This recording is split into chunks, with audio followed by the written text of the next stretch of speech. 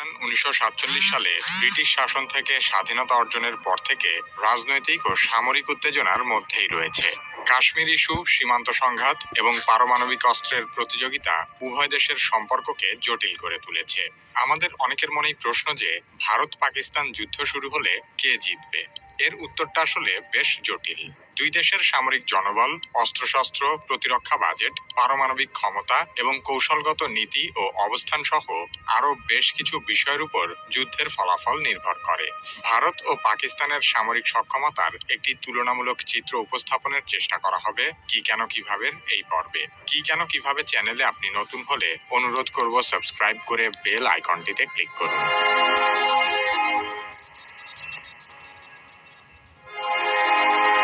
সামরিক শক্তির দিক থেকে ভারত দক্ষিণ এশিয়ার মধ্যে সবচেয়ে বড় এবং শক্তিশালী হিসেবে বিবেচিত। এমনকি সমগ্র বিশ্বের মধ্যে সামরিক শক্তির দিক থেকে যুক্তরাষ্ট্র, রাশিয়া এবং চীনের পরেই ভারতের অবস্থান। ২০২৫ সালে গ্লোবাল ফায়ার পাওয়ার ইন্ডেক্স অনুযায়ী ভারত বিশ্বের চতুর্থ শক্তিশালী সামরিক বাহিনী হিসেবে স্বীকৃত। তার মানে সামরিক শক্তির দিক থেকে ভারত পাকিস্তানের চেয়ে ৮ ধাপ এগিয়ে। তবে সেই অর্থে পাকিস্তানের সামরিক শক্তি ভারতের তুলনায় একেবারেও দুর্বল নয়। ভারতের বার্ষিক প্রতিরক্ষা বাজেট প্রায় ৭৫ বিলিয়ন মার্কিন ডলার। অন্যদিকে পাকিস্তানের বার্ষিক প্রতিরক্ষা বাজেট মাত্র ৭.৬৪ বিলিয়ন ডলার। তার মানে ভারতের প্রতিরক্ষা বাজেট পাকিস্তানের প্রায় ১০ গুণ বেশি। তবে ভারত বনাম পাকিস্তানের বৈদেশিক মুদ্রার রিজার্ভের দিকে তাকালে বিষয়টি খুব বেশি অস্বাভাবিকও লাগবে না, কারণ ভারতের রিজার্ভ ৬২৭ বিলিয়ন ডলার।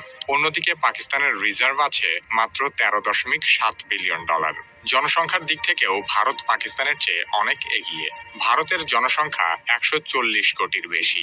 ২০২২ সালে ভারত বিশ্বের সবচেয়ে জনবহুল দেশ হিসেবে চীনকে ছাড়িয়ে গেছে। অন্যদিকে পাকিস্তানের জনসংখ্যা প্রায় ২৫ কোটি। সে কারণে ভারতে সেনা সদস্যের সংখ্যাও অনেক বেশি। আধুনিক সামরিক শক্তি মূলত প্রযুক্তি, প্রশিক্ষণ, কৌশল এবং অস্ত্রের মানের উপর নির্ভর করে। সেনা সদস্যের সংখ্যা একটি দেশের সামরিক সক্ষমতার জন্য গুরুত্বপূর্ণ, তবে এটি সামগ্রিক সামরিক শক্তি নির্ধারণের একমাত্র সূচক নয়। ভারতের সক্রিয় সেনা সদস্যের সংখ্যা প্রায় ১৪,৫৫,০০০। অন্যদিকে পাকিস্তানের সক্রিয় সেনা সদস্যের সংখ্যা প্রায় ৬,৫৪,০০০। ভারতের রিজার্ভ সৈন্য ১১,৫৫,০০০ এবং পাকিস্তানের রিজার্ভ সৈন্য ৫.৫ লক্ষ। ভারতের আধা সামরিক বাহিনীর সদস্য ২৫,২৭,০০০ এবং পাকিস্তানের আধা সামরিক বাহিনীতে প্রায় ৫ লক্ষ সদস্য রয়েছে। ভারতের ট্যাঙ্কের সংখ্যা ৪,২০১টি। পাকিস্তানের ট্যাঙ্ক আছে ২,৬২৭টি। ভারতের সাঁজোয়া যান আছে ১,৪৮,৫৯৪টি। পাকিস্তানের সাঁজোয়া যান আছে ১৭,৫১৬টি। ভারতের বিমান বাহিনীতে মোট বিমানের সংখ্যা ২,২২৯টি। পাকিস্তান বিমান বাহিনীর মোট বিমান ১,৩৯৯টি। ভারতের যুদ্ধ বিমান আছে ৫১৩টি। পাকিস্তানের যুদ্ধ বিমান ৩২৮টি। অ্যাটাক হেলিকপ্টার সহ ভারতের মোট হেলিকপ্টার আছে ৮৯৯টি। পাকিস্তানের আছে ৩৭৩টি হেলিকপ্টার। এছাড়া ভারতের পরিবহন বিমান ২৭০টি এবং পাকিস্তানের পরিবহন বিমান ৬৪টি। ভারতের কাছে ফ্রান্সের তৈরি রাফাল যুদ্ধ বিমানের মতো আধুনিক বিমান আছে। অন্যদিকে পাকিস্তানের কাছে থাকা সর্বাধুনিক যুদ্ধ বিমান হল চীন ও পাকিস্তানের যৌথ উদ্যোগে নির্মিত JF-17 থান্ডার যুদ্ধ বিমানের সর্বশেষ সংস্করণ ব্লক 3। তবে ভারতেও নিজস্ব প্রযুক্তিতে নির্মিত তেজস সিরিজের বেশ কয়েকটি মডেলের উন্নত যুদ্ধ বিমান রয়েছে। লজিস্টিক্সের দিক থেকে ভারতের বিমানবন্দর আছে ৩১১টি আর পাকিস্তানের আছে ১১৬টি। ভারতীয় নৌবাহিনীতে মোট নৌযানের সংখ্যা ২৯৩টি। পাকিস্তান নৌবাহিনীর মোট নৌযানের সংখ্যা ১২১টি। ভারতের ফ্রিগেট যুদ্ধজাহাজ আছে ১৪টি, পাকিস্তানের ৯টি। ভারতের ডেস্ট্রয়ার যুদ্ধজাহাজ আছে ১৩টি, কিন্তু পাকিস্তানের কোনো ডেস্ট্রয়ার নেই। ছোট আকারের করভেট যুদ্ধজাহাজ ভারতের আছে 18টি আর পাকিস্তানের 9টি। ভারতের সাবমেরিন আছে 18টি, পাকিস্তানের 8টি। এছাড়া ভারতের টহল নৌযান আছে ১৩৫টি এবং পাকিস্তানের টহল নৌযান আছে ৬৯টি। এসবের বাইরে ভারত ও পাকিস্তান উভয় দেশেরই পারমাণবিক অস্ত্রভান্ডার আছে। ভারতের কাছে আনুমানিক ১৭২টি পারমাণবিক ওয়ারহেড রয়েছে। অন্যদিকে পাকিস্তানের পারমাণবিক ওয়ারহেড আছে ১৭০টি। ভারত নো ফার্স্ট ইউজ অর্থাৎ প্রথমে পারমাণবিক অস্ত্র ব্যবহার না করার নীতিতে অটল। তার মানে ভারত শুধুমাত্র আত্মরক্ষার প্রয়োজনে পারমাণবিক অস্ত্র ব্যবহার করবে। কিন্তু পাকিস্তান নো ফার্স্ট ইউজ নীতিতে প্রতিশ্রুতিবদ্ধ নয়। তারা অস্তিত্বগত হুমকির মুখে প্রথমে পারমাণবিক অস্ত্র ব্যবহার করতে পারে। ভারতের পারমাণবিক অস্ত্র বহনের জন্য ভূমিভিত্তিক অগ্নি সিরিজ, সমুদ্রভিত্তিক আরিহান্ট শ্রেণীর সাবমেরিন এবং বিমান ভিত্তিক একাধিক প্ল্যাটফর্ম রয়েছে। অন্যদিকে পাকিস্তানের পারমাণবিক অস্ত্র বহনের জন্য শাহিন ও গাজনাভি সিরিজের ব্যালিস্টিক মিসাইল রয়েছে। ভারত ও পাকিস্তান উভয় দেশই তাদের পারমাণবিক অস্ত্রের সংখ্যা ধীরে ধীরে বাড়াচ্ছে। তবে পাকিস্তান এক্ষেত্রে এগিয়ে আছে বলে ধারণা করা হচ্ছে। 2025 সালের মধ্যেই পাকিস্তানের নিউক্লিয়ার ওয়ারহেড 200 থেকে 250 পর্যন্ত পৌঁছাতে পারে। উপরের পরিসংখ্যান থেকে স্পষ্ট হয় যে পারমাণবিক শক্তি, প্রযুক্তি ও সরঞ্জামের দিক থেকে ভারত পাকিস্তানের তুলনায় উল্লেখযোগ্যভাবে এগিয়ে রয়েছে। তবে পাকিস্তান পারমাণবিক অস্ত্রের মজুদ এবং পরিস্থিতি অনুযায়ী পারমাণবিক অস্ত্রের ব্যবহারের নীতিমালার দিক থেকে অনেক সুবিধাজনক অবস্থানে আছে। পাকিস্তান স্বাধীন হওয়ার পর থেকে বারবার গণতন্ত্রের ব্যাঘাত ঘটেছে। দেশটি বেশিরভাগ সময়ই সামরিক বাহিনীর শাসনে পরিচালিত হয়েছে।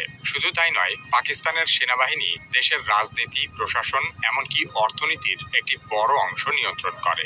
পাকিস্তান সেনাবাহিনীর রয়েছে নিজস্ব ব্যবসায়িক সাম্রাজ্য, ব্যাংক, আবাসন প্রকল্প, এমনকি খাদ্যপণ্য উৎপাদন ও বিপণনেও তাদের নিয়ন্ত্রণ রয়েছে। ফলে যুদ্ধ বা সংঘাতের সময় পাকিস্তান সেনাবাহিনী দ্রুত সিদ্ধান্ত নিতে পারে, যা একটি যুদ্ধের মোড় ঘুরিয়ে দেওয়ার জন্য অত্যন্ত জরুরি। অন্যদিকে ভারত অন্তত কাগজে কলমে একটি গণতান্ত্রিক রাষ্ট্র। তাই যুদ্ধের নীতি নির্ধারণে রাজনৈতিক নেতৃত্বের সক্রিয় ভূমিকা রয়েছে এবং সামরিক পদক্ষেপ গ্রহণে বিভিন্ন স্তরের পর্যালোচনা দরকার হয়। ভারতের একটি জটিল চ্যালেঞ্জ হলো তাদের সামরিক শক্তির বড় একটি অংশ চীন সীমান্তে ব্যস্ত থাকে। বিশেষ করে লাদাখ ও অরুণাচল প্রদেশ এলাকায় ভারত চীনের দিক থেকে বরাবরই বেশ চাপের মধ্যে থাকে। এছাড়া বাংলাদেশের সঙ্গে ভারতের রয়েছে বিশাল স্থল সীমান্ত, সেটিও কৌশলগতভাবে অনেকটাই সংবেদনশীল। গত কয়েক মাসে পরিস্থিতি আরো জটিল হয়েছে, কারণ শেখ হাসিনা সরকারের পতনের পর ভারত বাংলাদেশ সম্পর্কও নাটকীয়ভাবে পরিবর্তিত হয়েছে। অতীতে বাংলাদেশকে মিত্র রাষ্ট্র হিসেবে বিবেচনা করলেও এখন ভারত নীতিগতভাবে বাংলাদেশকে একটি সম্ভাব্য হুমকি হিসেবে দেখতে শুরু করেছে, বিশেষ করে প্রধান উপদেষ্টার 7 সিস্টার্স সম্পর্কিত বক্তব্যের পর থেকে। অন্যদিকে ভারতের বিপক্ষে পাকিস্তানের আরও একটি বড় সুবিধা রয়েছে, আর তা হলো পাকিস্তানের সবচেয়ে ঘনিষ্ঠ মিত্র চীন। ভারত চীন সম্পর্ক বরাবরই টানাপোড়েনের মধ্যে রয়েছে। ফলে যুদ্ধ পরিস্থিতিতে চীন ও পাকিস্তানের দ্বৈত চাপ ভারতের কৌশলগত অবস্থান এবং নৈতিক ভিত্তি অনেকটাই দুর্বল করে দিতে পারে। এছাড়াও পাকিস্তান তুলনামূলক অর্থনৈতিকভাবে দুর্বল হলেও তারা দীর্ঘদিন ধরে সামরিক খাতে ব্যাপক অর্থ ব্যয় করে চলেছে শুধুমাত্র ভারতকে মোকাবেলা করার জন্য। তাই পাকিস্তান না খেয়ে হলেও ভারতকে দমন করার বিষয়ে কোনো ছাড় দিতে চাইবে না। প্রথাগত যুদ্ধে যদি পাকিস্তানের অবস্থান ভেঙেও পড়ে, সেক্ষেত্রে পাকিস্তান ভারতের আগে পারমাণবিক হামলা চালাতে পারে। সব মিলিয়ে ভারত সামরিক সংখ্যার বিচারে পাকিস্তানের চেয়ে অনেক এগিয়ে থাকলেও একসাথে সর্বশক্তি পাকিস্তানের বিরুদ্ধে ব্যবহার করা সম্ভব নয়, কারণ চীন, বাংলাদেশ এবং অভ্যন্তরীণ নিরাপত্তা এই 3টি ফ্রন্টে ভারতকে সমানভাবে নজর রাখতে হয়। তাই পাকিস্তানকে সামরিকভাবে মোকাবেলা করা ভারতের জন্য কখনোই খুব সহজ কাজ নয়। মাত্র কয়েক মাস আগে শেখ হাসিনা সরকার পতনের পর বাংলাদেশের সাথেও ভারতের যুদ্ধ পরিস্থিতি তৈরি হয়েছিল। ভারতের তুলনায় বাংলাদেশের সামরিক শক্তি কেমন সে সম্পর্কে জানতে চাইলে কি কেন কিভাবে এই ভিডিওটি দেখতে পারেন। কি কেন কিভাবে পরবর্তী